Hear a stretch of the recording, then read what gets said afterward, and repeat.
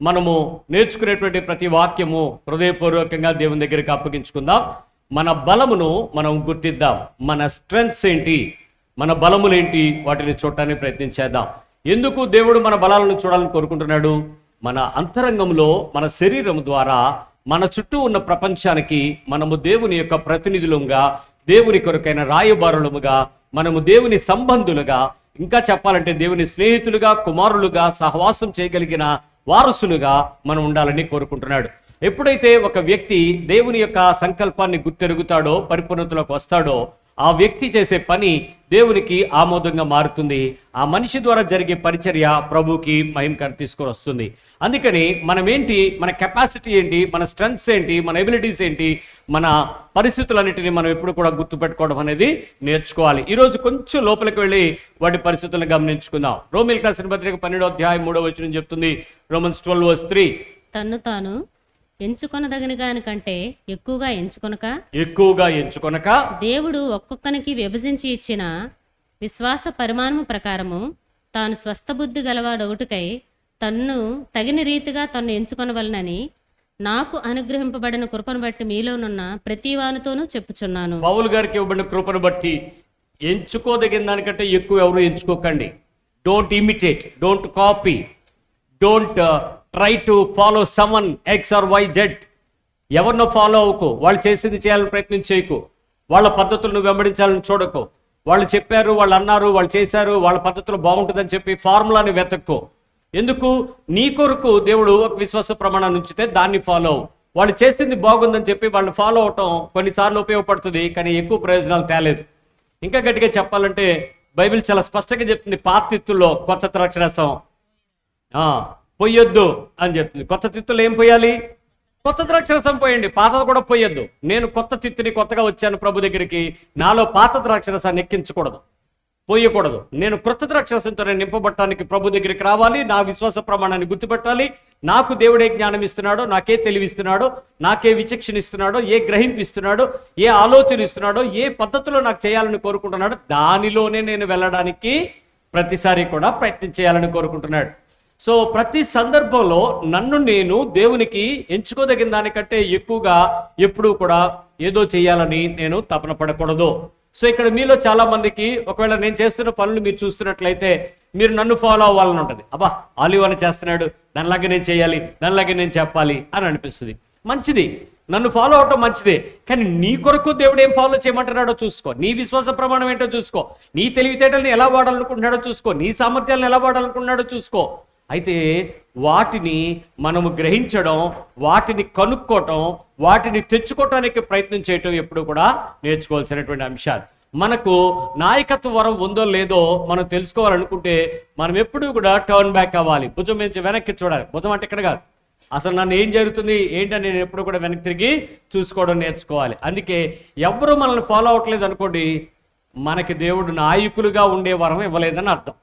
అందరూ నాయకులు అయిపోవడం కాదు, అందరూ ఏదో చెప్పేసి, అందరూ ఏదో చేసేసి, అందరినీ మనం ఏదో తెచ్చేసి లైన్లో పెట్టేసి చేసేసుకుందామని కాదు.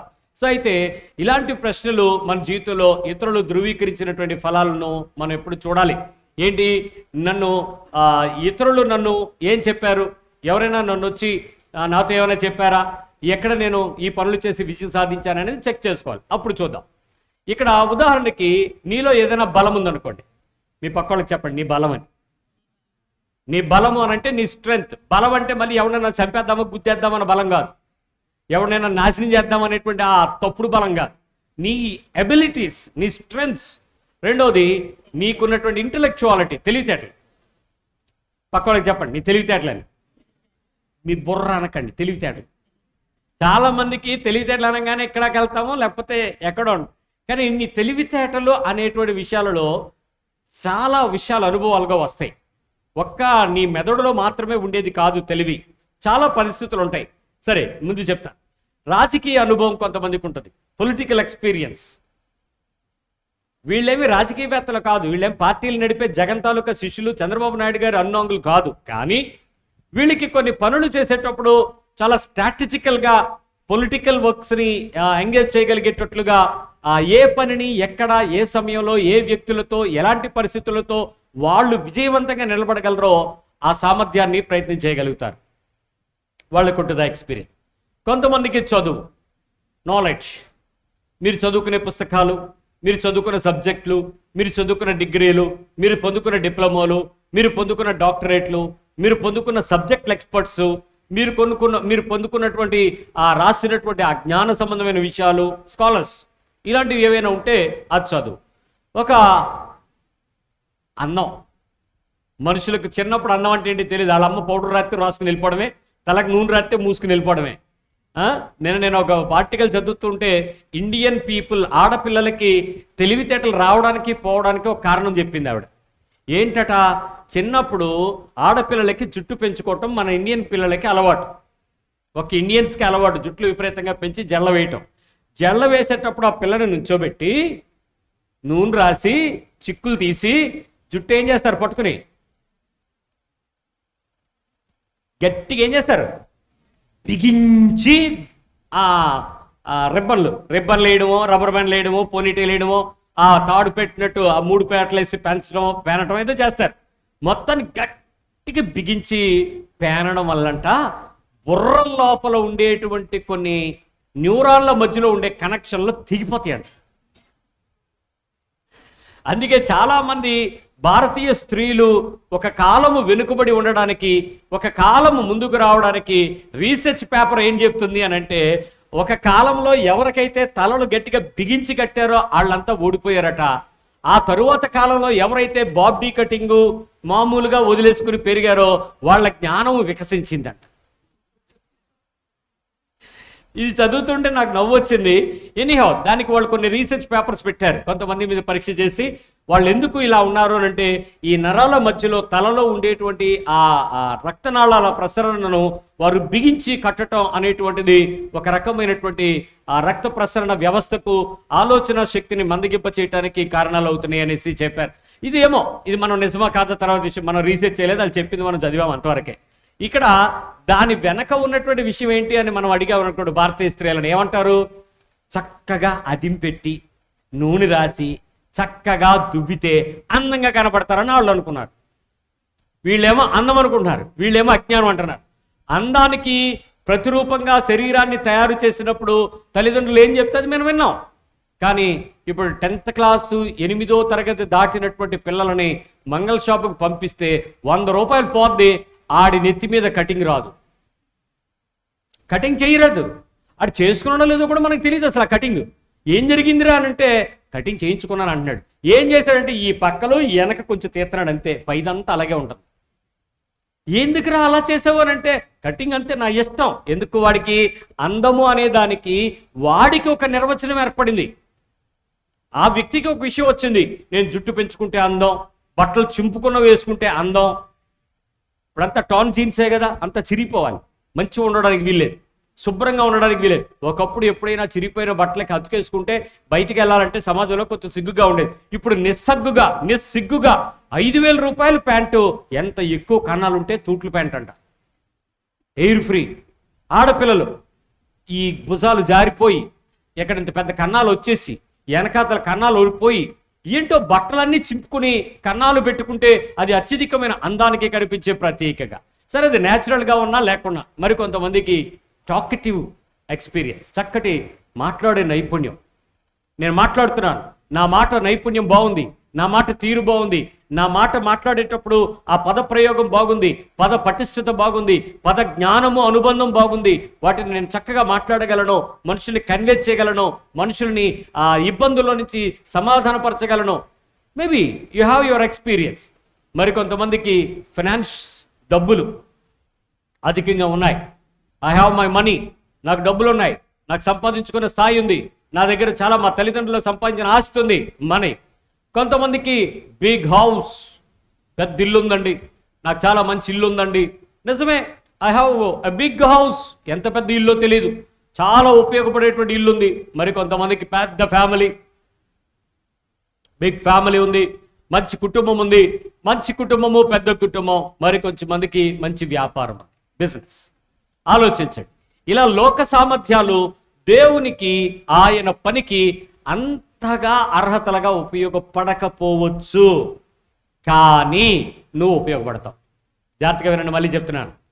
ఇప్పుడు నేను చెప్పిన లిస్ట్ ఉందే, ఇవన్నీ లోకంలో ఉండే వాళ్ళకి అసర్ట్స్.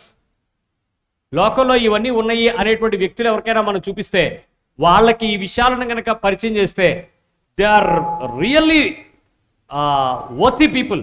సమాజానికి పనికొస్తారు, వీళ్ళ వల్ల ప్రయోజనం, వీళ్ళ వల్ల దేవుడికి లాభం, వీళ్ళ వల్ల కుటుంబాలకి లాభం, వీళ్ళ వల్ల అనేకులకు ఉపయోగం అని చెప్పగలిగే పరిస్థితికి మనం ఎంజాయ్ చేస్తాం. ఈ లిస్ట్ అంతా చూడండి. బలము, తెలివితేటలు, రాజకీయ చతురత, అనుభవం, చదువు, అందం, మాట్లాడే నైపుణ్యం, డబ్బులు, పెద్దిల్లు, పెద్ద కుటుంబం, మంచి వ్యాపారం, ఇలాంటి లోకపు సామర్థ్యాలు కలిగి ఉంటే వాళ్ళు ఎంతైనా పని చేయటానికి, ఏదైనా పనులు చేయటానికి ఎక్కడో చోట వాళ్ళు ఫిట్ అవుతారని అనుకుంటాం. కానీ నేను ఇప్పుడు మీకు చెప్పే ఒక మాట ఆశ్చర్యాన్ని కలిగిస్తే, వీటిలో మీరు లేవని బాధపడే వాళ్ళు ఎక్కువ మంది ఉంటారు. చూసుకోండి. మాకు ఇవి లేవే, అయ్యో మాకు అలా ఇవ్వలేదే, ఏంటో దేవుడు అన్యాయం చేశాడు, ఏంటో ఏంటో ఏంటో. ఓ రోజు నేను అనుకున్నాను, ఓ ప్రదేశానికి వెళ్ళి నేను అక్కడ వాక్యం చెప్పాను. అది కొంచెం పెద్ద సిటీ, మన విశాఖపట్నం లాంటి కొంచెం పేరున్న సిటీ, పెద్ద సిటీలోనే వెళ్ళాను. అది పెద్ద సభే, చాలా ఎక్కువ మంది సేవకులు వచ్చారు. ముందు రోజు ఒక సేవకుడు, అలా 4 రోజులు, నేను 6వ రోజు మాస్టర్ గారిని. నేను వెళ్ళేటప్పటికి 5 రోజుల నుంచి మీటింగ్లు అవుతున్నాయేమో, జనం బాగానే వచ్చారు, చాలా ఎక్కువ మంది వచ్చారు. ఆ రోజు నేను అక్కడికి వెళ్ళి పరిచయం చేసుకునేటప్పుడు, నేను పార్వతీపురం ప్రాంతం నుంచి వచ్చానండి అని చెప్పాను. వాళ్ళు రాసేటప్పుడు విశాఖపట్నం అని రాయకండి, పార్వతీపురం అని రాయండి అన్న. నా పేరు కింద పార్వతీపురం అని రాశారు. అక్కడికి వెళ్ళిన తర్వాత ఒక ఆయన ఏమన్నాడంటే, మీరు అనవసరంగా ఆ మారుమూల ఏజెన్సీలో ఉండిపోయారు బ్రదర్, అందుకే మీరు ఫైల్లోకి రాలేదు. మీరు హైదరాబాద్లో కానీ వైజాగ్లో కానీ మీరు స్టార్ట్ చేయాల్సింది, మీ పేరు బాగా పైకి వచ్చిందన్నాడు.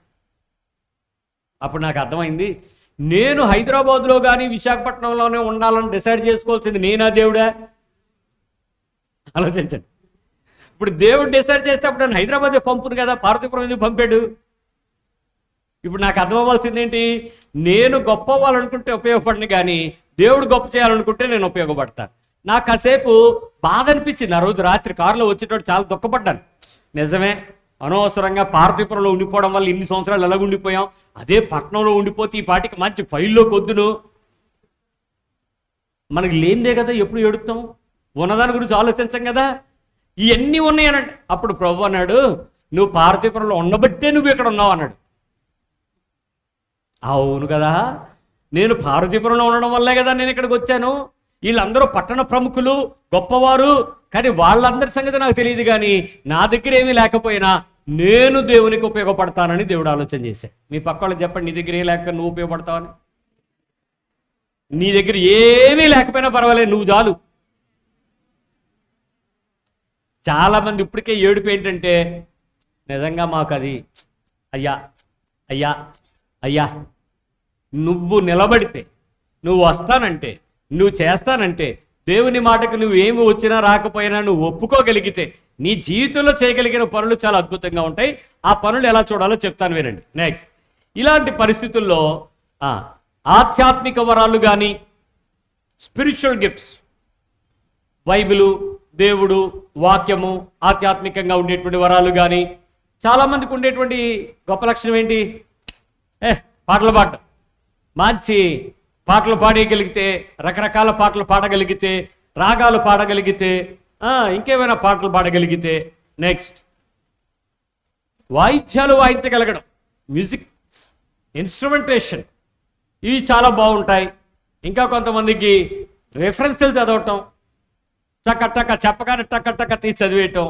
మరికొంతమందికి మందిర పరిచర్యలు చేయటం, దేవుని మందిరములో వచ్చి ఆ పనులు చేయటం, పరిచర్యలు చేయటం. మరికొంతమందికి నడిపించుట, ఇక్కడ లీడ్ చేయటం, నెక్స్ట్ ఏంటి అనేది లీడ్ చేయటం, కరపత్రాలు రాయటం, ట్రాక్స్ రాయటం. మరికొంతమందికి సువార్త నైపుణ్యంగా ప్రకటించడం. కొంతమందికి ఇంటర్నెట్లో, ఆన్లైన్లో చేసే చాలా పరిచర్యలు. ఇలాంటి సామర్థ్యాలు కొంత విలువను కలిగి ఉండొచ్చు, కానీ వాటి ఉపయోగం దేవుని పనిని నీ ద్వారా చేయటానికి అంత ఎక్స్ట్రీమ్ ఉపయోగపడదు. It is a limited. ఇవన్నీ చాలా విలువైనవి, ఇవన్నీ ఉపయోగపడేవి. నేను చేయగలనేమో నేను చేసుకుని, నేను చేయగలిగితే నేను దేవుని పనికి ఉపయోగపడతానని నన్ను ఎదురు చూడొచ్చు. ఇక్కడ మీరు చూడండి, ఆధ్యాత్మిక వరాలలో ఆత్మ సంబంధమైన వరాలు ఉంటాయి, పరిచర్య వరాలు ఉంటాయి, సామర్థ్య వరాలు ఉంటాయి, కృపావరాలు ఉంటాయి. నువ్వు చేయగలిగినప్పుడు నేను చాలా ఎక్కువగా దేవునికి ఉపయోగపడతానని మీరు అనుకోవచ్చు. డెఫినెట్గా ఉపయోగపడతారు.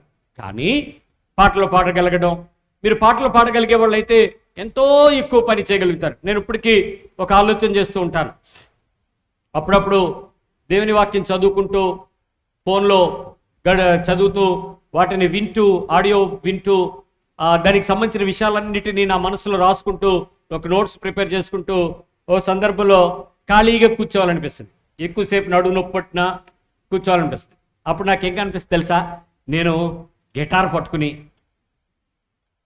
హల్లెలూయా టింగ్ డింగ్ డింగ్ డింగ్ స్తుతి మహిమ డింగ్ డింగ్ డింగ్ డింగ్, నేనేదో గిటార్ కొట్టేసుకుంటూ, నేనేదో పాటలు పాడేసుకుంటూ, నేనేదో ఆరాధిస్తూ అలా చేస్తే బాగుండేమో. పాటలు పాడడం రాదు, ఈ రాగాలు మర్చిపోతుంటాం, పుస్తకం చూడకుండా పాడలేము, ఏటి అందులో ఒక వస్తువు గిటారో. ఈ మధ్య నాకు ఇంకా పిచ్చి ఎక్కువైపోయింది, పిడియలు వాయించాలనిపిస్తుంది. అంటే అవన్నీ వీడియోలు చూస్తున్నాను, భలే నేర్చుకుంటానే, సింపుల్గా ఇలా చేసేయచ్చే. ఏంటి నా బాధ? నాకు అది లేదు, నాకు అది కావాలి. అది ఉంటే ఒంటరిగా దేవుని ఆరాధిస్తాను, ఒంటరిగా దేవుని గురించి నేను గణపరుస్తాను, పాటలు పాడుతూ నేను వాయిద్యం వాయిస్తూ ఆరాధిస్తూ దేవుని మహింపరుచుకుంటాను. ప్రభు అన్నాడు, నువ్వు నా గురించి ధ్యానించు, ఆరాధించిన తర్వాత చూద్దుగాని అన్నాడు. ఇప్పుడు నేను వాక్యం గురించి ధ్యానించుట, ఆయన మాట గురించి ఆలోచించుట నాకు ఇవ్వబడిన వరం. కానీ నేనేం కోరుకుంటున్నాను? ఇంకోటి నా దగ్గర లేనిది నాకు కావాలనుకుంటున్నాను, అదేదో వస్తే బాగున్నా అనుకుంటున్నాను. ఇలా చాలామంది మనకున్నటువంటి పరిచర్యకు సంబంధించినటువంటి ఇలాంటి వరాలు మనకుంటే బాగున్నని ప్రయాసపడి నేర్చుకుంటూ, కష్టపడి తెలుసుకుంటూ, నేర్చుకోవడానికి తిప్పలబడుతూ రకరకాలుగా వాటి మీద అభ్యాసం చేస్తూ ఉంటారు. Right, that's good. నువ్వేం తప్పు చేయట్లా, అది అవసరమే, అది చేయటం మంచిదే. అలా చేయటానికి నువ్వు ఎక్కువ టైం పెట్టుకోవడం అవసరమే. నువ్వు నేర్చుకోవటం ఎప్పుడు తప్పు కాదు, నువ్వు గ్రహించడం ఎప్పుడు తప్పు కాదు. నువ్వు లేనిది అభ్యాసాత్మకంగా తెచ్చుకోగలగటానికి నువ్వు ఎక్కువగా ప్రయాసపడితే దేవుడు చాలా ఆనందిస్తాడు కూడా. ఆ విషయాలపై నీకు కావాల్సిన జ్ఞానం ఇస్తాడు, దాన్ని తెలుసుకోవడానికి కావాల్సిన ఉత్తమమైనటువంటి పరిణితి నీ మనసును విశాలపరిచి గ్రహింపు శక్తిని పెంచుతాడు. సమస్య ఏంటంటే కాపీ కొట్టడానికి ప్రయత్నించేయకండి, ఇమిటేట్ చేయడానికి ప్రయత్నించేయకండి, నేర్చుకోవడానికి ప్రయత్నించే. నీ వంతుగా నువ్వు చేయడానికి ప్రయత్నించి, నీ వంతుగా నేనైతే ఎలా చేయగలను చేయి. వాళ్ళు చేస్తున్నారు కాబట్టి నేను వాళ్ళలాగా నేను, అదొద్దు. ఎవరిలాగా నువ్వు కాదు, నీకు నువ్వు స్పెషల్. నిన్ను నువ్వు దేవుడు ఎలా ఉండాలనుకుంటున్నాడో అలాగే తయారవు. అలాగ నిన్ను నువ్వు తయారవడానికి ఏం చేయగలవో దాని గురించి ఆలోచించి అలా ఎప్పుడూ చేయి. ఇలాంటి సామర్థ్య వరాలు ఉన్నంత మాత్రంలో మనము దేవునికి పూర్తిగా ఉపయోగపడగలమా, ఉపయోగపడలేమా అని అంటే ఉపయోగపడచ్చు, but it is limited, very limited, తక్కువ, చాలా తక్కువ పరిమితంగానే ఉపయోగపడగలుగుతాం. మొదటి స్థానంలో మనం కలిగి ఉండేవి ప్రామాణికమైనవి. అంటే ఎర్లియస్ట్గా నీకు ఏ పనులైతే నువ్వు చేయగలుగుతానికి ఇష్టపడతావో, ఈజీగా చేయగలుగుతావో అవన్నీ కూడా నువ్వు చాలా ఈజీగా దేవుడు ఆల్రెడీ నీలో పెట్టేసినవి. అవి చాలా ఎక్కువగా నీకు వచ్చేసినవి, నీకు తెలుసుకున్నవి, నువ్వు నేర్చుకున్నవి, అభ్యాసాత్మకంగా గ్రహించినప్పుడు నీ కుటుంబం నుంచి రావచ్చు, నీ స్నేహితుల నుంచి రావచ్చు, నీ మందిరం నుంచి రావచ్చు, నీ బయట వారి నుంచి రావచ్చు. ఇన్స్పిరేషన్ నేను ఇంతకుముందు నేర్పించాను మీకు. అవన్నీ ఏదో ఒక మోటివేటివ్ ఫ్యాక్టర్లో నుంచి నీ లోపలికి ఇంప్లాంట్ అవుతాయి. ఇక అక్కడి నుంచి మనం దాని విషయంలో మెలకు కలిగి ఉంటాం. దాన్ని ఏదో వయసులో దాన్ని పట్టుకుని ఇక దాన్ని గ్రహించి చేసుకోవడానికి ప్రయత్నం చేస్తూ ఉంటాం. అయితే మన ప్రత్యేకతను అది పరిగణలోకి తీసుకో. ఈజీగా నీకు వచ్చేసినవి నీ స్పెషాలిటీని గుర్తించనివ్వు. ఈ పాయింట్ చాలా జాగ్రత్తగా వినండి. ఇది నేను మ్యాక్సిమం మీకు అర్థం అవడానికి ప్రయత్నం చేస్తాను. నాకేదైనా టాలెంట్ ఉంటే, ఆ టాలెంట్ నాకు సహజసిద్ధంగా వచ్చిండుంటే, ఆ సహజసిద్ధమైనటువంటి ప్రక్రియ నా లోపల ఏదైనా ప్రత్యేకత ఉందేమో చూడనివ్వదు. ఒక పని నువ్వు అలవాటుగా చేయటం ఈజీగా నీకు వస్తే, నువ్వు ప్రత్యేకంగా చేయగలగడానికి కావాల్సిన కృపావరాన్ని చూడనివ్వదు. ఒక పని నువ్వు కొన్ని పరిస్థితుల్లో ఎక్కువగా ఉండి నేర్చుకుంటే, నీ వంటూ చేయటానికి ఒక ప్రత్యేకమైన పని ఉందని నువ్వు చూడటానికి నీ మనసు తెరవబడదు. నాకు అలవాటైపోయింది, ఆ పని నాకు ఈజీ, ఈ పనితో అనుబంధంగా నేను ఈ పని చేయగలను, ఈ పని నుంచి ఆ పని నేను తేలిగ్గా చేయగలుగుతాను అని అనుకుంటాడు. కానీ నీ పని సమాజానికి ఉపయోగపడేటట్లు, దేవునికి ఉపయోగపడేటట్లు, దేవుని ప్రజలకు ఉపయోగపడేటట్లు, అన్యజనులను దేవుని వైపు తిప్పడానికి ఉపయోగపడేటట్లు నీ వంతు నువ్వు పరిచర్య చేయటానికి ఆ ఒక్క దగ్గరే మాత్రమే ప్రామాణికంగా కాక, నువ్వు మరొకటి కూడా ఏమైనా చేయగలవేమో చూడటానికి ప్రయత్నించేయండి. ఎగ్జాంపుల్ చెప్తాను వినండి, ఇది మీరు అర్థం చేసుకోవడానికి చెప్తున్నాను, ఇది రియల్గా కాదు.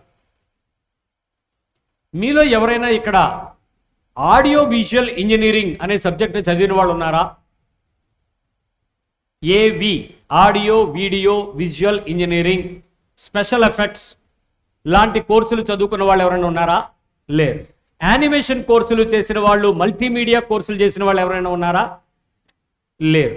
ఫోటోషాపు మరియు ప్రీమియరు ఇలాంటి వీడియో ఎడిటింగ్ సాఫ్ట్వేర్లు చేసిన వాళ్ళు ఎవరైనా ఉన్నారా ఇక్కడ? ఎవరు లేరు. నేను ఇలాంటి విఎఫ్ఎక్స్ స్పెషల్ ఎఫెక్ట్స్ కోర్సులు చేసిన వాళ్ళు ఎవరైనా ఉన్నారా ఇక్కడ? లేరు. లేకపోతే ఫోటోగ్రఫీ వీడియోగ్రఫీలో ప్రొఫెషనల్ ఎక్స్పర్టైజేషన్ కోర్సెస్ చదువుకున్న వాళ్ళు ఎవరైనా ఉన్నారా ఇక్కడ? లేరు. ఏమీ లేకపోయినా మీరు ఫోన్ను పట్టుకుని వీడియోలు రీల్ తీస్తున్నారా లేదా? చేస్తున్నారా లేదా? యూట్యూబ్ గొట్టం ఛానల్ పెట్టారా లేదా? ఎడిటింగ్లు మీరే చేస్తున్నారా లేదా? మీరు ఫేస్బుక్ కన్నా అదేంటిది వాట్సాప్లో ప్రొఫైల్లో ఓ రైలు బండిని ఎక్కిస్తున్నారే, ఓ రైలు బండి ఫోటోలు, ఒకటి కాదు రెండు కాదు, ఒక 100 ఓ 30 సన్నాలు చుక్కలు అవుతాయి, తిప్పలకి సావాలయ్యి. ఏది ఉపయోగపడుతుందో తెలియదు, ఏదో నీకు నచ్చిందల్లా ఎక్కించేస్తావు ఈ రైలు బండిలో. ఈ మధ్య కాలంలో దానికి మ్యూజిక్లు కూడా పెడుతున్నారు. మీరు విఎఫ్ఎక్స్ ఎఫెక్ట్స్ గ్రాఫిక్స్ నేర్చుకోలేదు కదా, ఈ ఎడిటింగ్ సాఫ్ట్వేర్ ఎలా వచ్చింది మీకు? చెప్పండి, ఎక్కడి నుంచి వచ్చింది? మీరు చదువుకున్న చదువు కాదు, మీరు పనిచేస్తున్న ఉద్యోగము కాదు, మీ గురువు గారు మీకు నేర్పిన కళ కాదు. మరి మీకు అంతా ఎలా వచ్చిందర్రా? మీ టాలెంట్, అదంతా మీకున్నటువంటి జ్ఞానం, మీ అభిరుచి. ఏదో చేయాలనుకుంటే మీరు దేనికి సంబంధించలేకపోయినా ఏదో విషయాలను మీరు సాధించడానికి కావాల్సిన జ్ఞానాన్ని మీరు తెచ్చుకోగలుగుతున్నారు. దానిలో కొంతమంది ఎక్స్పర్ట్స్, ప్రొఫెషనల్స్. నేను ఎవరో ఒక అబ్బాయి గురించి చదువుతుంటే అతను అరెస్ట్ చేశారంటానంటే ఎవరో ఆ బయ్యా సన్నీ యాదవ్ అని చూస్తూ ఉంటే ఆ పిల్లవాడు ఒక కటిక పేద కుటుంబంలో నుంచి వచ్చినటువంటి 2 స్నేహితులు కలిసి ఎలాగైనా నేను ఒక డ్రీమ్ బండి కొనాలి, మంచి స్పోర్ట్స్ బైక్ కొనాలి అన్నది అతని కళ. ఆ కళతో దేశాన్ని తిరగాలి అనేది ఒక ఆలోచన. మొత్తానికి ఏదో నానా తిప్పలు పడ్డాడు, ఒక్క వీడియో చేశాడు, ఆ వీడియో వైరల్ అయ్యింది. 2 వీడియోలు చేశాడు, మొత్తానికి 10 వీడియోలు లోపే చేశాడు. విపరీతమైన వ్యూస్ వచ్చాయి. యూట్యూబ్ వాళ్ళు డబ్బులు ఇచ్చారు. 2 కాస్ట్లీ బండ్లు కొన్నాడు. ఒకటి అమెరికాలో పెట్టాడు, ఒకటి ఇండియాలో పెట్టాడు. ఇంకా మనిషికి అడ్డు అదుపు లేకుండా వరంగల్ దగ్గరలో 6 అంతస్తుల బిల్డింగ్ కట్టాడు అంటాడు. డబ్బులు ఎక్కడయ్యి? పేదోడు కదా. ఏదో చేస్తే దానికి డబ్బులు వస్తున్నాయి, దానితో నేను ఇవని. అతను అరెస్ట్ చేశారు, పాకిస్తాన్ గూఢాచార్యంలో ఉన్నాడని చూసాం. అప్పుడు నాకు అర్థమైంది ఏంటంటే ఆ మల్హోత్రా అమ్మాయి కానీ, వీడియో ట్యూబ్లు గొట్టాలు చేస్తున్న వాళ్ళు కానీ, వీళ్ళందరూ ప్రభుత్వానికి ఉపయోగపడుతున్నారా, శత్రువుకు ఉపయోగపడుతున్నారా, వాళ్ళ టాలెంట్ వాడుతున్నారా? వాళ్ళందరూ ఏమనుకున్నారు తెలుసా? మేము ఈ పని మాత్రమే కాదు, మేము చాలా పనులు చేయగలమని ఆ చెయ్యగలిగిన వాటికి రేటు నిర్ణయించి ఉగ్రవాద సంస్థలకు చేయగలుగుతున్నారు. ఈరోజు మీరు చేస్తున్నటువంటి పని నీకు ఉపయోగపడుతుందా? దేవునికి ఉపయోగపడుతుందా? దేశానికి ఉపయోగపడుతుందా? ప్రభుత్వాలకు ఉపయోగపడుతుందా? సామాన్య ప్రజలకు ఉపయోగపడుతుందా? శత్రువుకు ఉపయోగపడుతుందా? చూసుకోండి.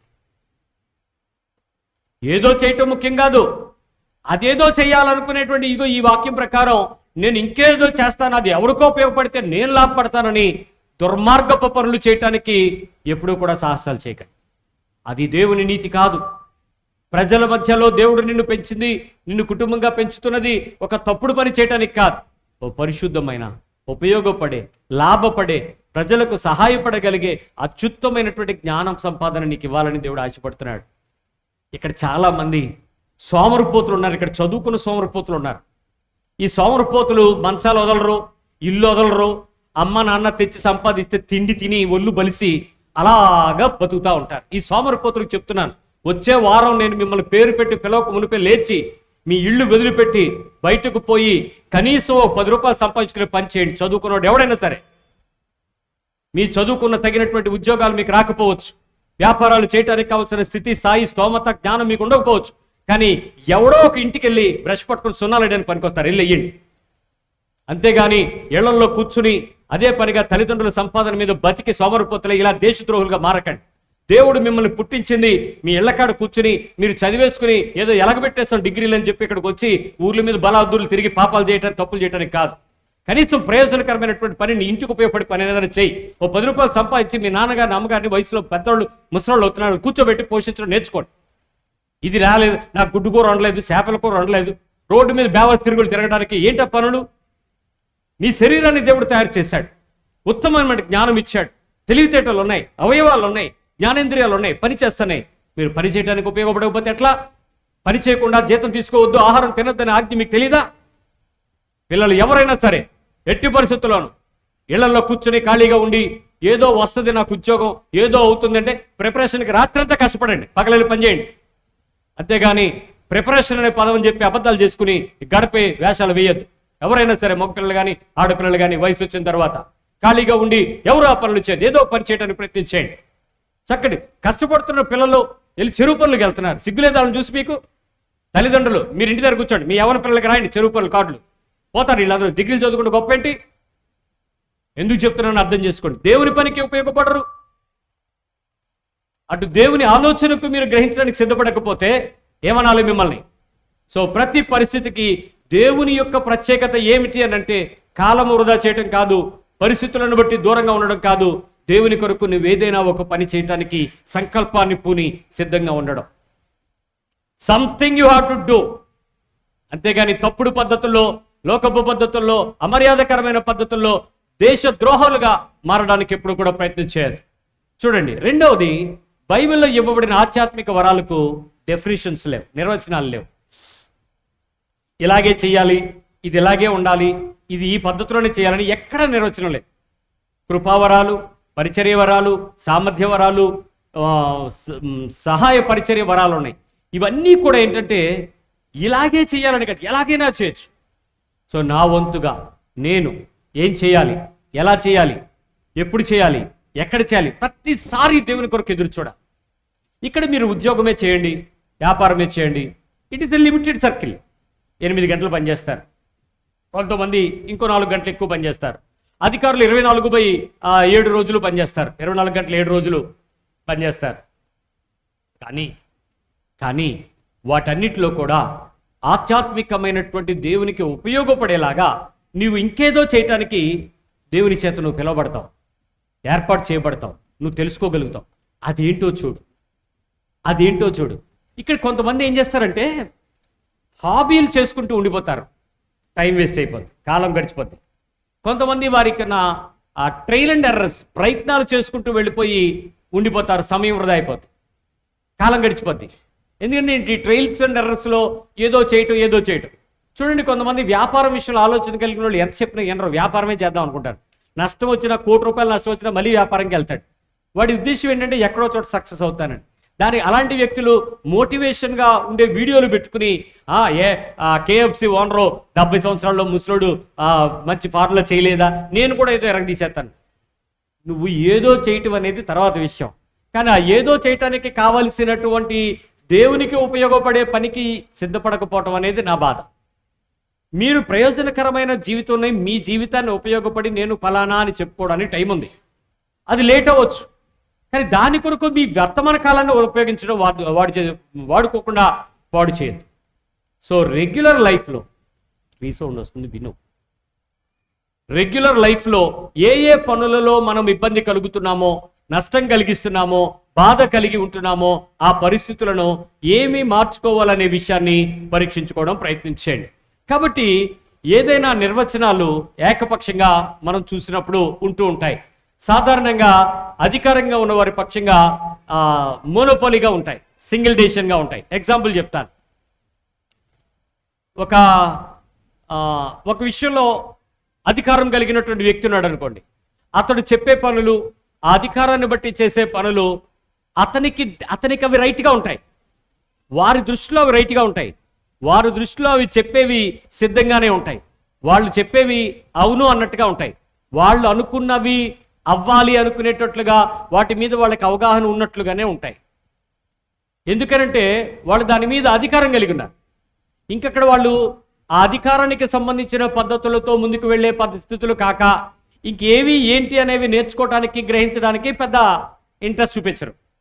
బికాస్ అధికారాన్ని బట్టి కొన్ని తెలుస్తాయి, అధికారాన్ని బట్టి కొన్ని లోబడతాయి, అధికారాన్ని బట్టి కొన్ని వచ్చేస్తాయి. ఇక అధికారిగా అన్ని నాకు అన్నీ తెలుసు అనుకుంటా. కాదు, నీకేం తెలియదు. నీకు ఇవ్వబడింది అధికారం. రేపొద్దున మరొక అధికారి వచ్చినప్పుడు అతను ఇంకేమైనా కొత్తవి పెద్దవి ప్రత్యేకమైనవి చేస్తే ముందు అధికారి తేలిపోతాడు. ఆయన ఏం చేయలేదండి అంట. అన్నీ చేస్తారు. అధికారము పనులు చేసుకెళ్ళిపోతుంది. అధికారిగా నీ పని ఏమిటో నీకు తెలుసా? అధికారమునకు కొన్ని పనులు విలువలు ఉంటాయి, అవి జరుగుతూ ఉంటాయి. కానీ అధికారిగా నీ ప్రత్యేకత ఏంటో నీకు తెలుసా? సో ఏ పనైనా, అది నీ ఇంటి యజమానివైనా, నువ్వు ఉద్యోగంలో అధికారమైనా, నువ్వు ఇంకెక్కడైనా పరిస్థితుల్లో సంస్థకు అధికారమైనా, నీకు తెలిసిన పద్ధతిలో నువ్వు వెళ్ళిపోవడం మాత్రమే కాక మరికొన్ని పరిస్థితుల్లో నీవు అధికారికంగా వాడేటువంటి ఆలోచనను దాటి పనిచేయటం కూడా నేర్చుకోవాలి.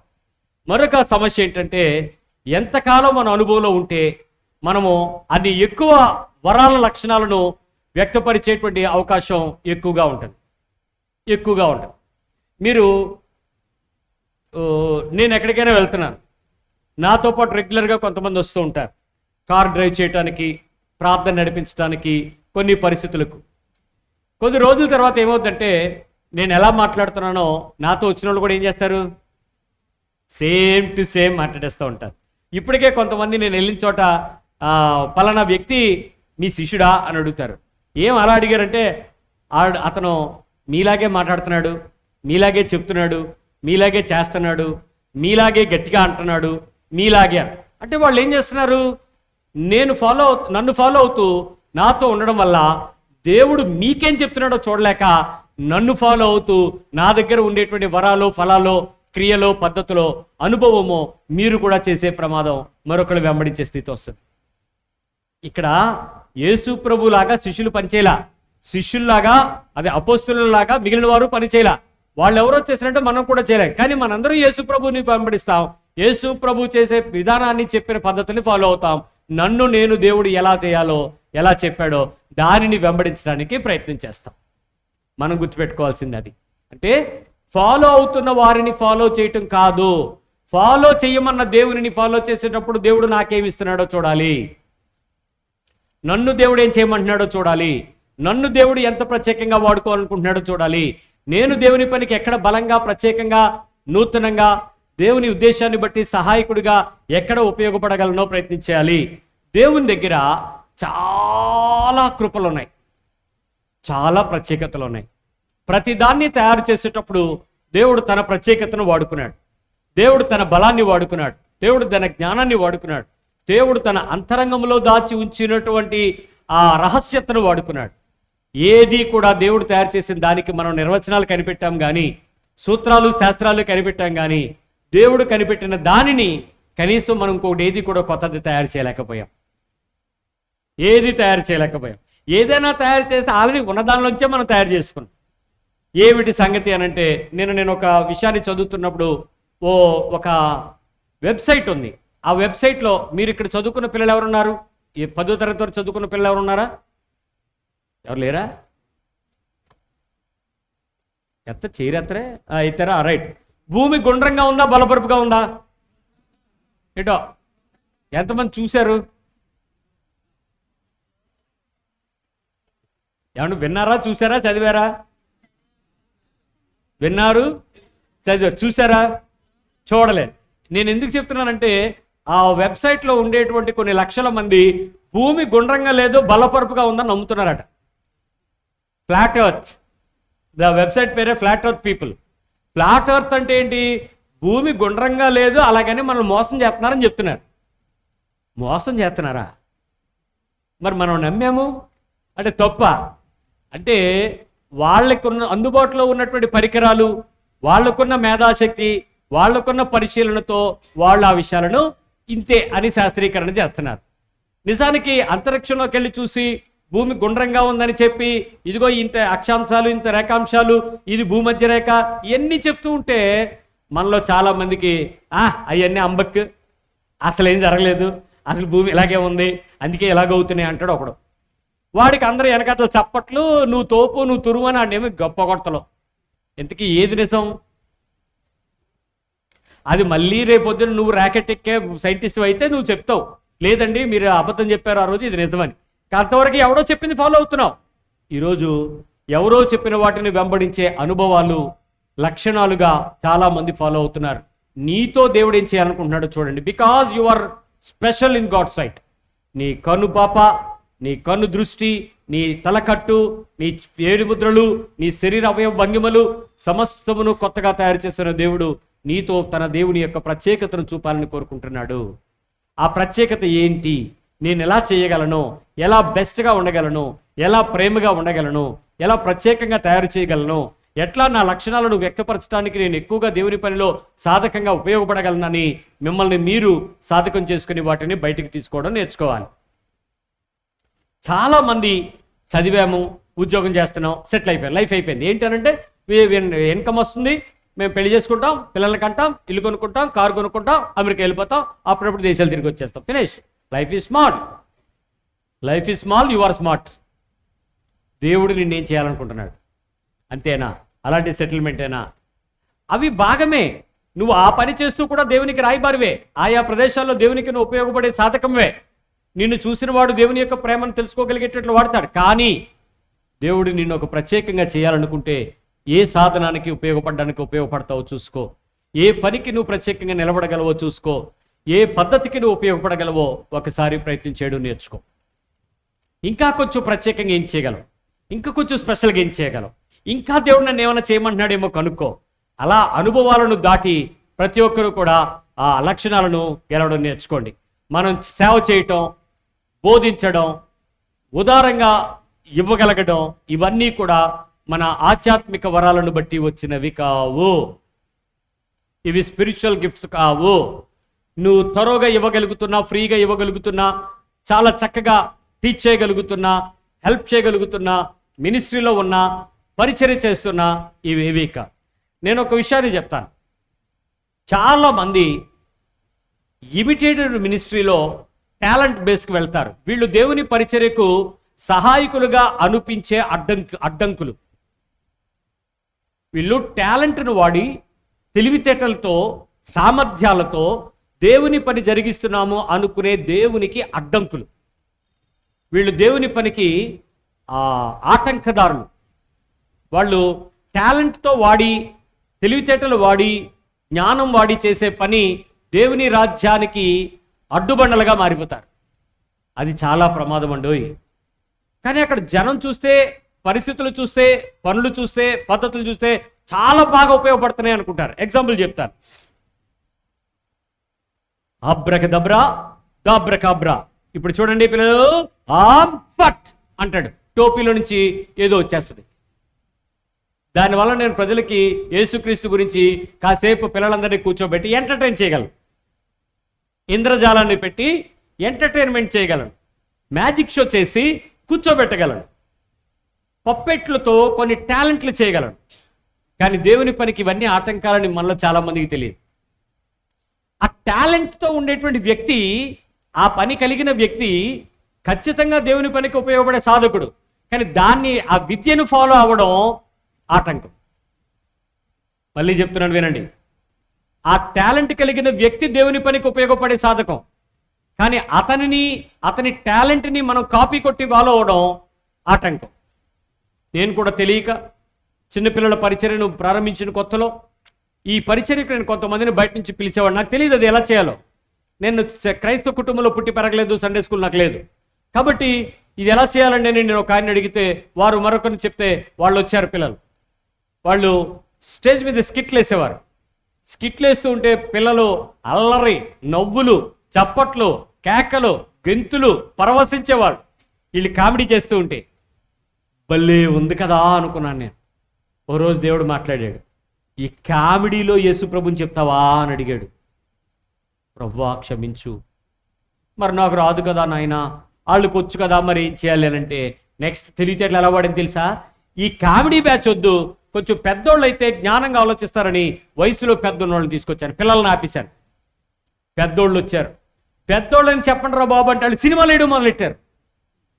ప్రభు ఇదేంటి సినిమాలు వేస్తున్నారు వీళ్ళు అని అంటే, సినిమాలో ఆ పిల్లవాడు యేసు ప్రభు గురించి చెప్పడం చేయటం చూస్తే చాలా బాగా పిల్లలందరూ కనెక్ట్ అయ్యి, సినిమా అంటే అందరూ చూస్తారు కదా, చాలా అట్రాక్టింగ్ ఉంటుంది కదా. అప్పుడు ప్రభు అన్నాడు, సినిమాల్లో నుంచి నన్ను చూపిద్దాం అనుకున్నావా అన్నాడు. ఏడు ప్రభువా, నాకేమో రాదు, నాకేమో చేయడం రాదు, కానీ వాళ్ళు చేస్తుంటేనే నువ్వు ఒప్పుకోవు, ఎలా ప్రభువా అని అడిగా. అప్పుడు ప్రభు అన్నాడు, నేను నీతో ఏం చేయాలనుకుంటున్నానో నువ్వు చూడడం మాని, వినడం మాని, తెలుసుకోవడం మాని, నేర్చుకోవడం మాని ఆడిని ఇన్ని ఫాలో అవుతానంటే వెంటరా బాబు, నువ్వు రా నా దగ్గరికి కూర్చో. నేను నీకు ఇవ్వబడిన తలాంతుల్లో నుంచి, నీ సామర్థ్యాల్లో నుంచి నేను నీకు ఇచ్చే కృపావరాన్ని తెలుసుకో, అది నా పనికి ఉపయోగపడతారా అన్నాడు. అయ్యి బాబోయ్, నేను ఇప్పటివరకు ఏమనుకున్నాను, నేను చదువుకున్నది ఇంజనీరింగు, నేను ఉద్యోగం చేసిందేమో మార్కెటింగు, మరి ఈ పనులు నాకేం తెలుసు అనుకున్నాను. కానీ దేవుడు ఏమంటున్నాడు, నీకు వచ్చినవి ఉన్నాయి, నీ లోపల నేను పెట్టినవి ఉన్నాయి. నీ చదువును బట్టి నువ్వు కొన్నిటి దగ్గర ఉండిపోయావు, ఉద్యోగం బట్టి కొన్నిటి అనుకుంటున్నావు, అనుభవాన్ని బట్టి కొన్ని చేయలేని అనుకుంటున్నావు, కానీ నేనున్నాను కదా నీకు చేయగలిగిన వాడిని, అది ఎందుకు నువ్వు మర్చిపోయావు, ఎందుకు ఆన్లైన్లో ఫాలో అవుతావు అని. అప్పటికే చాలా కాలం అయిపోయింది, పిల్లలు చాలామంది ఉంచుకొని. నేను నష్టం ఎక్కడ పోయానో చెప్తాను వినండి. సుమారు 8 ఏళ్ల పాటు ఈ చిల్డ్రన్ పరిచర్యలో ఎక్కువ మందికి నేను సువార్త ప్రకటించగలిగాను. చుట్టుపక్కల మండలంలో సుమారు 2-3 వేల మంది పిల్లలకి దేవుని వార్తను అందించగలిగాను. అనేక మందికి ఆలివ్ గ్రీన్ అన్నయ్య 3 రోజుల క్యాంప్ పెడతాడు, మంచి భోజనం పెడతాడు, మంచి పాఠాలు చెప్తాడు, పాటలు నేర్పుతాడు, చుట్టుపక్కల అందరికీ పరిచయం అయ్యాను. కానీ నా సంఘంలో ఆ కాలంలో నేర్చుకోబడిన పిల్లలు ఎవ్వరూ కూడా పరిచర్యకి రాకపోవడం నేను చేసిన తప్పు. ఆ ట్రైనింగ్ అయిన పిల్లలు, అదే ఆ చిల్డ్రన్ క్యాంప్స్లో పిల్లలు ఎదిగి పెద్దవాళ్ళు అయ్యారు కదా, మన చర్చిలో ఉన్నారు కదా, ఇక్కడ కూడా పెరిగారు కదా పిల్లలు, ఇంచుమించు 45-50 మంది పిల్లలు ఉండేవారు. ఒక్కడు దేవుని పనికి ఉపయోగపడలా, ఒక్కడు తయారవలా, ఒక్క పిల్లడు తయారవలా. తప్పెవరిదో తెలుసా? నాది. నేనేమనుకున్నాను, అందరికీ నేర్పుతున్నాను, అందరికీ తెలియజేస్తున్నాను, అందరికీ పరిచర్యే, అందరూ తెలుసుకుంటున్నారు, నా సామర్థ్యం ఇతరులకు తెలుస్తుంది, నేను అందరికీ నేర్పించగలుగుతున్నాను, నేను వీళ్ళని ట్రైనప్ చేయగలుగుతున్నాను, వీళ్ళ చేత నేను పాఠాలు ఇతరులకు చెప్పగలుగుతున్నాను అనుకున్నాను. కానీ వీళ్ళకి దేవుడు నన్ను ఏ విధంగా తయారు చేయాలనుకుంటున్నాడో ఉపయోగపడడం తెలుసుకోలేక, నాకు ఇవ్వబడిన సామర్థ్య తాళంతులను నేర్చుకోవడానికి ఇష్టపడలేక, ఆ గ్రహింపు నా మనసుకు లేక నేను దారి తప్పిపోయాను. ఈ పిల్లలందరూ పోయారు. దేవుని దగ్గర ఏడవడం ప్రారంభించాను. 16 ఏళ్ళు అయిపోయింది అప్పటికే. 16 ఏళ్ల తర్వాత దేవుని సన్నిధిలో నాకు కన్ను మెలుకు వచ్చి, ఏంటి నేను విత్తుతున్న దారిలో నా పంట రాలేదు, నా పిల్లలు నా దగ్గర ఎందుకు లేరు, ఈ టాలెంట్ బేస్ నమ్ముకుని నేను ఎందుకు పాడైపోయాను అని వస్తే ప్రభు మాట్లాడడం ప్రారంభించాడు. ఆ రోజు నాకు అర్థమైంది నేను చేసిన తప్పు. ప్రభు దగ్గర క్షమాపణ అడిగి ఇంక మనుషుల దగ్గరికి వెళ్ళడం మానేసి దేవుని దగ్గర మోకరించి పాటలు రాయడం, ఉపదేశం నేర్చుకోవటం, పిల్లల్ని ఎలా ట్రైనప్ చేయటం, నెక్స్ట్ దాన్ని ఎలా సిద్ధపరచుకోవడం నేర్చుకున్నాను. పంట రావడం మొదలైంది. సంఘంలో యవనస్తులు దేవుని పనికి లేచారు, నా భుజం పట్టుకున్నారు, నేనున్నాను పక్క తప్పుకోండి అన్నారు, బలమైన పనులు చేయడం మొదలుపెట్టారు. యవనస్తులు దేవుని రాజ్యాన్ని ప్రకటించే సేవకులుగా, సువార్థికులుగా తయారయ్యారు. మొదట నేను చేసిన తప్పు, తరువాత నేను నేర్చుకున్న జ్ఞానము దేవుని దగ్గర నుంచి వచ్చేటప్పుడు మారింది. ఆ తరువాత భారం పెరిగింది. నాకు అర్థమైంది దేవుని హృదయము ఇదేది కూడా ఆధ్యాత్మిక వరాలను బట్టి వచ్చినవి కావు. స్పిరిచువల్గా 9 వరాలు నేను ఆపరేట్ చేయగలిగిన నాకు తెలుసు, బోధించడం నాకు తెలుసు, పరిచర్య సంఘాలు కట్టడం నాకు తెలుసు. ఇవన్నీ నాకు తెలిసినా నేను దేవుని హృదయంలోంచి తప్పిపోయాను. జాగ్రత్త, మనుషుల్ని వెంబడించేవారం అయితే తప్పిపోతాం. నీతో దేవుడు ఏం పని చేస్తాడో కన్నులు తెరిచి చూడగలిగి, ఉపయోగపడగలిగి, అందుబాటులోకి రాగలిగితే నీ నుంచి దేవుడు ఓ ప్రత్యేకమైన పనిముట్టుగా, పాత్రగా జ్ఞానం ఇచ్చి, తలాంతులు ఇచ్చి, బలం ఇచ్చి, సామర్థ్యం ఇచ్చి, శక్తి ఇచ్చి, ఆయన రాజ్య పనికి ఉపయోగపడే 10 మందికి సేవ చేసి అనేకులకు ఉపయోగపడగలిగే ఒక గొప్ప సామర్థికుడిగా నిన్ను తయారు చేయాలని ఆశపడతాడు. మన వరాలను, సామర్థ్యాలను కనుగొనడానికి ఉత్తమమైన మార్గం ఏంటంటే, అనేకమైన సేవా మార్గాల్లో మనం పరీక్షించుకుంటూ, ట్రయల్ వేస్తూ, పనిచేస్తూ పరీక్షించుకోవడమే. నాకు ఇది తెలుసు అని ఉండిపోవడం కాదు, నేను ఎలా తెలుసుకోవాలనో తెలుసుకోవడం కాదు. నిన్న మేము 101 ట్రైనింగ్ గ్రూప్ అంతటికి కేవైసీ నిర్వహించుకున్నాం. ఈ ట్రైనింగ్ అయినటువంటి పిల్లలందరితో మాట్లాడుతూ ఉంటే ఒక యవనస్తుడు అడుగుతున్నాడు, నేను ఏం పని చేయాలో నాకు చెప్పేయండి, నేను చేసేస్తాను అంటున్నాడు. నేను చెప్తే చేయాలా, దేవుని దగ్గర తెలుసుకుని చేయాలా? తెలియక ట్రైనింగ్కి వచ్చాడు, అయినా షార్ట్ కట్, బతకస్తుడు. దగ్గర దారిలో తెలిసేసుకుందాం, ఎవడో చెప్పేస్తే ఫాలో అయిపోదాం, ఎవడో చెప్పేస్తే వినేసి చేసేసుకుందాం, నేను కనిపెట్టక్కర్లేదు, నేను నేర్చుకోక్కర్లేదు. కానీ తెలుసుకోవటం చాలా ఈజీ. తెలుసుకోకుండా ఉండే బతకమే ప్రమాదం. అందుకే చెప్తున్నాడు, మన వరం ఏంటి, మన సామర్థ్యం ఏంటి కనుగొట్టడానికి బెస్ట్ వే ఏంటంటే సేవా మార్గాలలో పరీక్షించుకోవడం. మీ పక్క వాళ్ళు చెప్పండి, పరీక్షించుకోవాలి. సేవా మార్గాలు పరీక్షించుకోవాలి. నువ్వు ప్రయత్నం చేయాలి, నువ్వు పని చేయాలి, తద్వారా వాటిని నువ్వు తెలుసుకోవాలి. ఇక్కడ చాలామంది సూపర్వైజర్లు, ఇంజనీర్లు ఉంటారండి. తెలుసా అంటే ఏంటో సూపర్వైజర్, ఇంజనీర్ అంటే? వాళ్ళు చెప్పేవాళ్ళు కూడా కాదు, చెప్పకుండా చూసుకునేవాళ్ళు. అంటే ఏం చేస్తారు తెలుసా? అలా తిరుగుతూ ఉంటారు అక్కడక్కడే. ఆడు ఏ పని చేయడు, ఆడికి ఏ పని చెప్పలేము. పోనీ ఏమన్నా చెప్తామనుకో, చూస్తాడు ఒకసారి, నువ్వే నాకు చెప్తున్నావు అన్నట్టు. సూపర్వైజర్ కదా. ఆ సూపర్వైజరు ఇంజనీర్లు ఉంటారు తప్ప యాక్టివ్గా వచ్చి నేను పని చేస్తే ఏమవుద్ది అనేటువంటి విషయం చేయరు. కొంతమంది ఉంటారు, దేవుని కృపను బట్టి వాళ్ళు చెయ్యకపోతే చేసినంత భాగ్యం. ఆడు చేయకుండా ఉంటేనే దేవుడికి దీవెన. ఎందుకో తెలుసా? మసి అయిపోద్ది, పనికి మళ్ళీ అని చేస్తూ ఉంటాడు.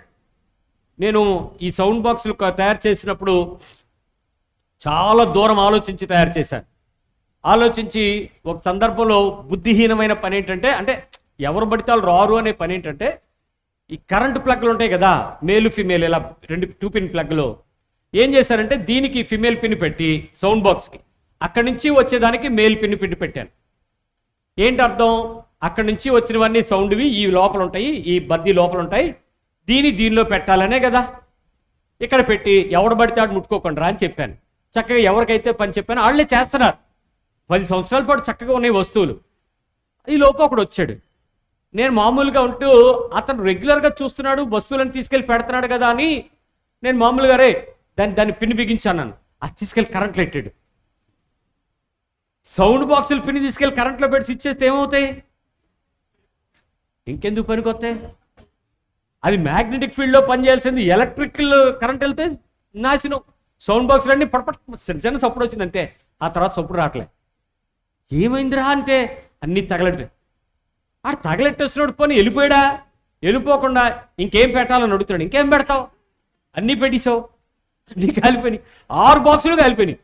వాడి దగ్గరికి వెళ్ళి, ఒరే ఇదేంటి కరెంట్లో పెట్టాడు ఎవడరా అన్నాను. అంటే మరి ఎక్కడ పెట్టాలా అన్నాడు. అది అడగాల, ఇది ఎక్కడ పెట్టాలని. అది పెట్టేసాక అడుగుతావు, నువ్వు ఏం చేయాలరా? అప్పటికప్పుడు 6 బాక్సులు పక్కకు పడేసి లోపల పాత బాక్సులు ఏవి ఉంటాయి తెచ్చుకుని అవేవో మొత్తానికి సెట్ చేసి ఏదో హల్లెలూయా అనిపించాను ఆ రోజు. ఆ తర్వాత నా కళ్ళల్లో నుంచి చుక్కలు రావట్లేదు, రక్తం వస్తుంది. ఆడినేం అనలేను. ఎందుకు? అక్కడ పని వచ్చిన వాళ్ళు ఉన్నారు, పని తెలిసిన వాళ్ళు ఉన్నారు, రెగ్యులర్ పని చేసే వాళ్ళు ఉన్నారు. వీళ్ళు ఆదం అరిసే లోపు శత్రువు వచ్చి విత్తీసాడు అనమాట. నేను అక్కడికి అడిగా, అవునరా ఈ పని ఎవడికప్పు చెప్పాను రా అని సార్. నాకే. మరి ఆడెందుకు చేస్తాడు? ఆడు తెలుసు అనుకున్నాను అంటున్నాడు వీడు. అలాంటోడు చేయకుండా ఉంటే చాలా మేలు.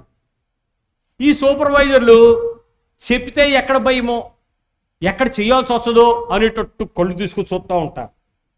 కానీ ప్రయత్నం చేయండి. కాలిస్తే కాల్చాడులే కానీ ఆడు ప్రయోజకుడు అయ్యాడు. తర్వాత వస్తువులు పోయినాయి, బాధపడ్డాను, అన్నీ బాగు చేయించుకున్నాను, దేవుని దగ్గర బెతిలాడుకున్నాను, నేనే తీర్మానం చేసుకున్నాను, ప్రతిదీ నీ దగ్గర చెక్ చేసుకుంటాను ప్రభు అని. అప్పుడు నాకు నేర్చుకున్న పాఠం ఏంటో తెలుసా? కరెంటు ప్లగ్లో సౌండ్ బాక్సులు పెట్టకూడదు అని నాకు వచ్చింది పాఠం. ఆ తర్వాత ఏం చేశానంటే ఈ 6.3 mm పెద్ద జాకెట్లు బిగించాను. ఎందుకంటే అవి అయితే కరెంట్లో దూరం, ఆడు పెట్టడం. అది సౌండ్ బాక్సులు తాలూకా అని తెలుసు, అది తీసుకెళ్ళి దానిలో పెడతారు. అందుకే ఆ బాక్సులు మార్చాను. అక్కడ పెద్ద బాక్సులు పెట్టేవాడిని ఫస్ట్లో. అంటే ఒక పని మనం నేర్చుకునేటప్పుడు, ఓ పని మనం తెలుసుకోవాలనుకునేటప్పుడు దాని కొరకు ఇవ్వబడిన సామర్థ్యాలు కనుక్కోవటానికి నిన్ను నువ్వు పరీక్షించుకొని ఫెయిల్ అయినా పర్వాలేదు, కీప్ ట్రయల్స్. ఎలాగో చెప్తాను. దేవుని ద్వారా ఇవ్వబడినటువంటి సామర్థ్యం అంటే ఏంటో చెప్తాను. అది ఎలా తెలుసుకోవాలో మీరు నేర్చుకోండి. మీ అందరికీ దేవుడు ఏం చేయాలో మీకు తెలుసుకుంటాడు, చెప్తారు. ఇక్కడ వ్యాపారం చేసేవాళ్ళు ఉన్నారు చాలామంది. వ్యాపారం అంటే ఇక్కడ మీరు అరటిపళ్ళు, మామిడి పళ్ళు, సపోటా పళ్ళు, చాలా పళ్ళు అమ్ముకునే వాళ్ళు మీరు ఉన్నారు. మీ పిల్లలకి ఆ పని మీరేం నేర్పించక్కర్లే, ఆటోమేటిక్గా వాళ్ళకి వచ్చేస్తుంది, చిన్నప్పటి నుంచి వచ్చేస్తుంది. అలాగే చెట్లు ఎక్కడం తెలిసిన వాళ్ళు ఉన్నారు, పళ్ళు కాయలు కోయటానికి. మీ పిల్లలకి చిన్నప్పటి నుంచి వాళ్ళు నెమ్మదిగా వాళ్ళు మిమ్మల్ని చూస్తూ ఉంటారు కాబట్టి, చేస్తూ ఉంటారు కాబట్టి, చిన్న చిన్న ట్రయల్స్ చేస్తూ ఉంటారు కాబట్టి వాళ్ళు ఎక్కేస్తారు, వాళ్ళకి ఆ సామర్థ్యం వచ్చేస్తుంది. మీ కుల వృత్తిలోనో మీ కుటుంబ వ్యవహారిక పద్ధతులతోనో వచ్చేసిన వాటి కన్నా భిన్నంగా ప్రత్యేకంగా చేయగలిగినవి మరికొన్ని ఉంటాయి. మీరు వాటితో సాటిస్ఫై అయిపోకండి. మీ శరీరము తయారు చేసినప్పుడు ప్రత్యేకంగా తయారు చేసిన దేవుడు మిమ్మల్ని ఇంకా కొంచెం ప్రత్యేకంగా తయారు చేసిన వాటిని కూడా చూడగలిగి చేయగలిగే వాటి కొరకు ఎదురు చూస్తున్నాడు. అవి దేవుని పనికి ఉపయోగపడే సామర్థ్య బలాలు పనులు. ఆ పనుల్లో ప్రతి ఒక్కరూ చేయగలిగే ప్రతి పనిని చాలా ఎఫెక్టివ్గా పని చేయగలగాలి. ఎలాగా? సమర్థవంతంగా. చెప్పండి నోటితో. నెంబర్ 2, నైపుణ్యంగా చేయగలగాలి, ఎక్స్పీరియన్స్డ్గా చేయగలగాలి. రెండోది ఎలాగా? నైపుణ్యంగా. మూడోది ఈజీగా చేయగలగాలి, సులువుగా చేయగలగాలి. ఎలాగా? సులువుగా. నాలుగోది వాల్యూగా చేయగలగాలి, విలువైన దానిగా చేయగలగాలి. ఎలాగా? ఐదోది విజ్డమ్గా, జ్ఞానంగా చేయగలగాలి. మళ్ళీ చెప్తాను చూడండి. మొదట ఆ పని ఎలా చేయాలంటే సమర్థవంతంగా చేయాలి, చాలా క్యాపబుల్గా చేయగలగాలి, చాలా ఎఫెక్టివ్గా. రెండోది నైపుణ్యంగా చేయాలి, ఈజీగా చేయగలగాలి. చాలా సులువుగా చేయగలగాలి, ఈజీగా, సులువుగా. అంటే ఓ కష్టపడిపోయి కాదు, చాలా టెక్నిక్గా చేయగలుగుతారు. కొంతమంది వాల్యూస్గా, చాలా వస్తువు ఏంటి, పద్ధతి ఏంటి, పరిస్థితి ఏంటి, చాలా విలువగా చేయగలుగుతారు. కొంతమంది చాలా జ్ఞానంగా చేయగలుగుతారు. ఇలా చేయడానికి ప్రయత్నం చేయాలరా. మీ పక్కోళ్ళు చెప్పండి ఎలా చేయాలో ఏ పనైనా. ఫుల్ కెపాసిటీ చేయండి, మంచి నైపుణ్యంగా చేయండి, ఈజీగా చేయండి, వాల్యుబుల్గా చేయండి, వైజ్గా చేయండి, జ్ఞానంగా చేయండి. ఇలా చేయాలి ఏ పనైనా. వీటన్నిటికీ విరుద్ధంగా ఏంటో తెలుసా? బండ పద్ధతుల్లో చేయకండి. ఎలాగా? బండ పద్ధతులు అంటే తెలుసు కదా, నాకు ఇలాగే తెలుసు, నేను ఇలాగే చేస్తాను, నాకు ఇంకోటి రాదు అంటాడు. ఎండో ఒప్పుకోడు, తెలుసుకోడు. బండోడు అంటే ఊరికేనేంటి, అంతే ఇంతే, నాకు ఇలాగే కాదు. ప్రతి పనిని ఇలా ఎప్పుడు కూడా ఎన్నిసార్లు అయినా ఇలాంటి ఇన్నోవేటివ్గా చేయడానికి ప్రతిసారి ప్రయత్నించేయండి. ఏ పని చేసినా మీరు ఇలా చేసే కొద్దీ మీకు చాలా విషయాల్లో దేవునికి జ్ఞానం దొరుకుతారా. ఏం జరుగుద్దో చెప్తాను వినండి. ఇలా చేస్తున్న ప్రతి పని తక్కువ వ్యక్తిగత శక్తి, శ్రమ వినియోగంతో చేయాలి. అంటే బాడీ ఎఫర్ట్ తక్కువ, ప్రయాస తక్కువ. ఓ చెమట్లెక్కిపోయి, ఓ బాధపడిపోయి, ఓ కష్టపడిపోయి చేయడానికి ప్రయత్నం చేయకూడదు. ఓ చిన్న పని చెప్తాను వినండి. ఓ రోజు గోడకి కన్నం కొట్టాలి. ఇంత గోడ ఉంది, ఇటు నుంచి అటు త్రూ హోల్ చేయాలి. నేను పిలిచాను, బాబు కన్నం కొట్టాలిరా, ఏమన్నా వస్తువులుంటే పట్టండి అన్నాను. ఒకడు ఇంత మేకు పట్టుకొచ్చాడు, ఒకడు ఇంత గుణపం పట్టుకొచ్చాడు, ఇంత రాడ్, ఒకడు పెద్ద గుణపం పట్టుకొచ్చాడు. అనియా పెట్టేద్దాం అన్నాడు. ఒకడు దీంతో పెడితే గోడ పడిపోద్దిరా, సులువైన పద్ధతి ఏదో చెయ్యండి రా అని. అప్పుడు మరొక అబ్బాయి వెళ్ళి ఏం చేశాడంటే ఎంత గొట్టం పట్టుకొచ్చాడు, ఇనప గొట్టం. ఇది పెడితే కనబడిపోద్ది అని అన్నాడు. భలే తెలివైన పనులురా, సుత్తి తిండిరా అన్నాడు. తెచ్చారు, కొట్టండి రా కనం అన్నాడు. ఓ సగం కొట్టేటోడికి ఈ గొట్టవేళ దానిలో ఉండిపోయింది, బయటికి రాలే. ఏం చేయాలో తెలియట్లేదు. ఏం చేయాలరా అంటే దాన్ని ఇటు కొట్టితే అటు కొడితే గొట్టం బెండ అయిపోయా, కన్నం వెళ్ళే. అప్పుడు పెద్ద ప్రేమ వచ్చాడు, ఏయ్ తీ బడిగే అన్నాడు. ఏమంటే ఎవడని ఇలా కొడతాడా, బుద్ధి ఉంది మీకు, తీని బడిగా అన్నాడు. అది తీతే కదా, రావడానికి వస్తే కదా. మొత్తానికి కన్నం కొట్టడానికి గంట సేపు అయితే ఉదాహరణకి, ఆ పైప్ బయటికి తీయడానికి 3 గంటలు పట్టింది. అంటే వీడు ఎంత పని అయినాడు చూడండి. సులువుగా చేశాడా, ప్రయాసతో చేశాడా? ప్రయాసగాడు. మొత్తానికి దానికి తీయడానికి మళ్ళీ నేను వచ్చి దాన్ని అన్నీ ఆలోచించి ఎవరు ఇలా కాదు అలా తీయండి అని చెప్పి మొత్తాన్ని పీకాం. అప్పుడు ఏం చేశాడు తెలుసా? ప్రేమ వచ్చి, పెద్ద ప్రేమ, ఆ పైప్ ఇలాగ ఇయ్యండి అన్నాడు. పట్టుకెళ్ళాడు. బ్లేడ్తోని ఆ గొట్టాన్ని ఇలా వాలుగా కట్ చేశాడు, సూదిగా. అడ్డంగా ఉన్నదాన్ని ఇలా వాలుగా కట్ చేశాడు. అప్పుడు ఏమవుద్ది? పైపు సూదిగా వస్తుంది. ఇలా రండి అన్నాడు. ఇందాక ఎవడు కొట్టాడు అన్నాడు. ఆ బండోడు అక్కడ ఉన్నాడు, రా అన్నాడు. ఇప్పుడు ఈ పైప్ పెట్టి ఇలా కొట్టేకు, ఇలా తిప్పుతూ కొట్టు అన్నాడు. ఓ దెబ్బేయడం, దీన్ని తిప్పడం, ఓ దెబ్బేయడం, తిప్పడం. అప్పుడు ఏమవుద్ది? గోడ కన్నం ఏర్పడింది. ఇటా కోసుకుంటూ వెళ్ళింది, ఆది తీరు బయటకు వచ్చింది. ఇప్పుడు ఆ పని జ్ఞానంగా చేశాడా లేదా? సులువుగా చేశాడా లేదా? తక్కువ శ్రమతో చేశాడా లేదా? సులువైన పద్ధతిలో వాడటం చేయగలిగాడా లేదా? ఎప్పుడైతే దేవుడు నీకు ఆ తలాంతి ఇచ్చాడో ఆ పనిని సమర్థవంతంగా జ్ఞానంగా చెయ్యగలగడానికి దేవుడు నీకు ఇచ్చేటువంటి తలాంతాన్ని గుర్తించు. That is the talent. దేవుడు నేను ఎందుకు ఉపయోగపడతాను అని అనుకునే మనుషులు ఆయా పనులు చేసేటప్పుడే బయటకు వస్తారు. అంతేగాని సూపర్వైజర్లు, ఇంజనీర్లు పనికిరారు. బద్ధకస్తులు అసలు పనికిరాడు. నేను వెళ్తే నాకు పని చెప్పేస్తారేమో, నేను తిన్నది కండ కరిగిపోద్ది, పొట్ట తగ్గిపోద్ది, చెమటెక్కిపోతాను, సులువుగా ఇంట్లో కూర్చుంటాను. మరి ఇంకెందుకు పనికి వస్తావు? ఎక్కడుందో చూసుకో. సో ప్రతి పని తక్కువ వ్యక్తిగత శక్తి, శ్రమ వినియోగం వాడాలి. తర్వాత ప్లస్ ప్రయాసతో ఫలితం ఏం రావాలి? ఎక్కువ రిజల్ట్ రావాలి. ఏం రావాలి? మేజర్ రిజల్ట్, ఎక్కువ రిజల్ట్ రావాలి.